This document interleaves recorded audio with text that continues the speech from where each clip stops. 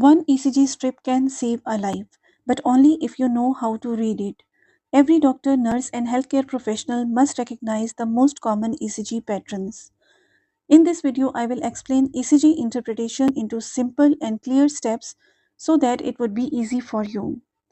What you will learn in this video includes normal sinus rhythm, which is the foundation of every ECG, sinus tachycardia, sinus bradycardia, atrial fibrillation and atrial flutter, irregular rhythm versus sawtooth pattern, supraventricular tachycardia, premature contractions, bundle branch block, that is right bundle branch block versus left bundle branch block, heart blocks, that is first degree, second degree and third degree heart blocks, ventricular tachycardia and ventricular fibrillation, which are deadly rhythms you should not miss, and the most famous ECG, that is ST segment elevation MI. ECG interpretation is one of the most important skills in medicine. Whether you are a medical student, postgraduate doctor, or healthcare professional, nurses, paramedics, and emergency staff, recognizing the most common ECG pattern can be life-saving.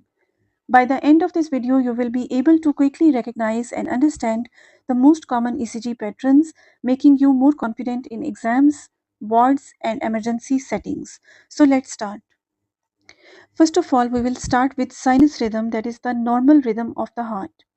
In this ECG, there are regular P waves followed by QRS complex that represent normal conduction of electrical signals from SA node into the right atrium through the AV node and bundle of His into the ventricle.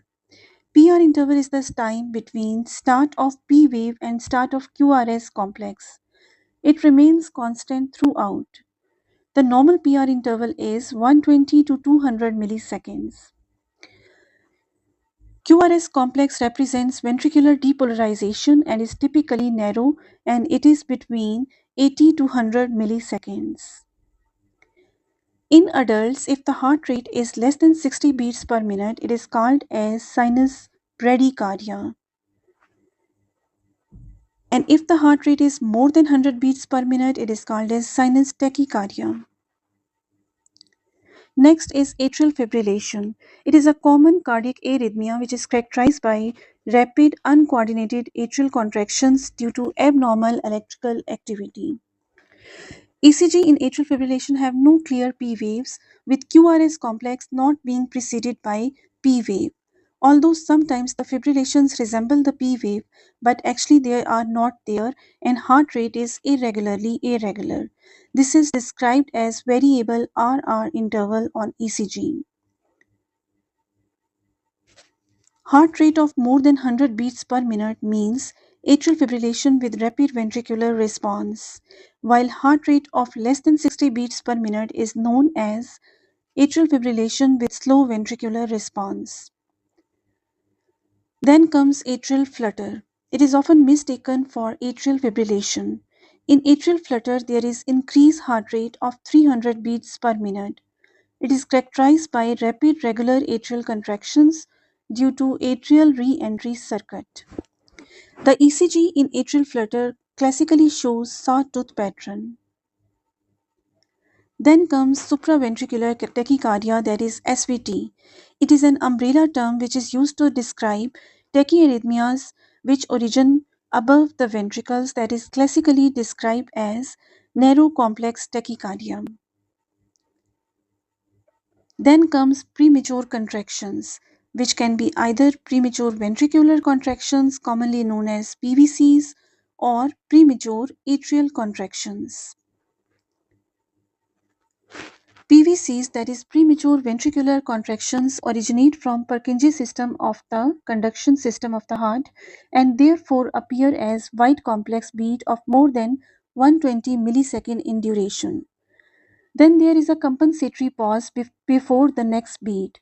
They are usually not dangerous unless they are frequent, that is more than 10 per hour, or occurs after every beat, which is described as ventricular bigeminy. Premature atrial contractions appear as P wave with a different morphology than the preceding sinus P wave and occurs before the next expected sinus beat. Isolated premature atrial contractions are often benign and usually do not require further investigations. Now let's discuss bundle branch block. They are quite common and they are described as left bundle branch block and right bundle branch block. Left bundle branch block is further divided into left anterior and posterior branches. These are characterized by wide QRS complexes of more than 120 millisecond in duration. Left bundle branch block or LBB is characterized by deep S wave in V1 and prolonged R wave in V6, giving a W and M shape respectively. While the right bundle branch block or RBB has an RSR pattern in V1 and prolonged S wave in V6, giving M and W shapes respectively.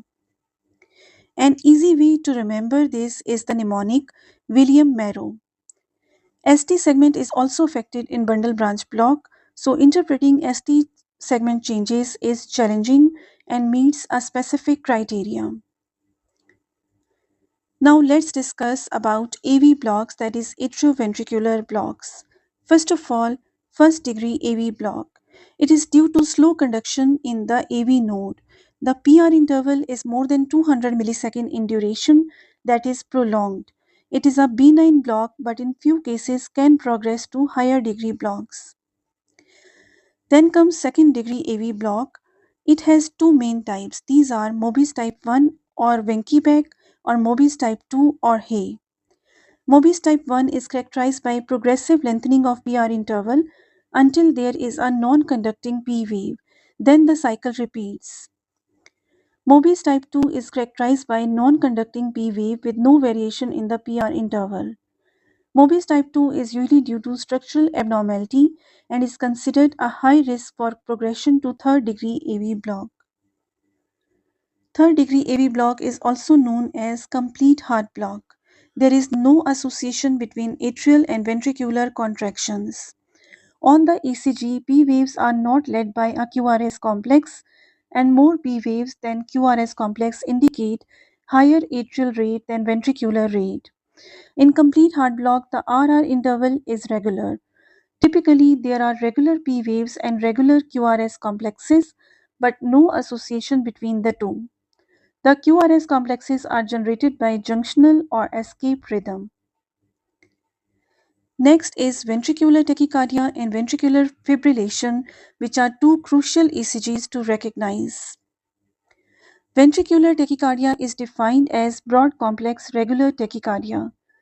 It has two main types, monomorphic VT and polymorphic VT.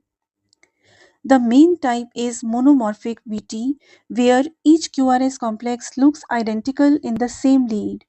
Here there is a single source for the beat. Polymorphic VT is the term used when there is more than one source of the ventricular beats, so there is varying morphology of the QRS complex. One common example of polymorphic VT is torse de pointes, which occurs in the setting of long QT. VT can result in cardiac arrest, but it can also degenerate into ventricular fibrillation, which is a lethal rhythm if untreated. In ventricular fibrillation, there are no clear P waves or QRS complexes. The ECG is chaotic and electrical rhythm is uncoordinated. The amplitude of ventricular fibrillation correlates with the time duration. It decreases in amplitude as the time goes on and asystole is reached.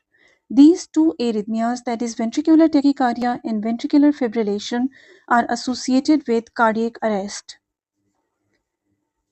Cardiac arrest is defined as cessation of normal blood circulation due to failure of heart to pump blood. Then comes the most famous ECG, that is ST segment elevation MI. In this ECG, the ST segment is elevated, that is the portion of ECG at the end of the S wave and the beginning of the T wave. Myocardial infarction is the most common cause, but there are other causes as well, such as pericarditis, left bundle branch block, left ventricular hypertrophy, or even can be a normal finding such as benign early repolarization. ST elevation is defined as elevation of more than 1 millimeter from the isoelectric baseline. Also remember that different leads represent the different territories of the heart. Lead 1, AVL, V5 and V6 are lateral leads, lead 2, 3 and AVF are inferior leads, and lead V1 to V4 are anterior leads. In ST segment elevation MI, we expect the elevations to be present in territories that are affected by the blocked coronary arteries and reciprocal ST depression in the opposite leads. In this video, I break down complex ECGs into easy ones to remember the concepts with clear explanation and high-yield tips so that you do not forget the pattern again. If you like this video, please like, share and subscribe. Stay tuned for more useful content. See you in the next video. Stay blessed. Allah Hafiz.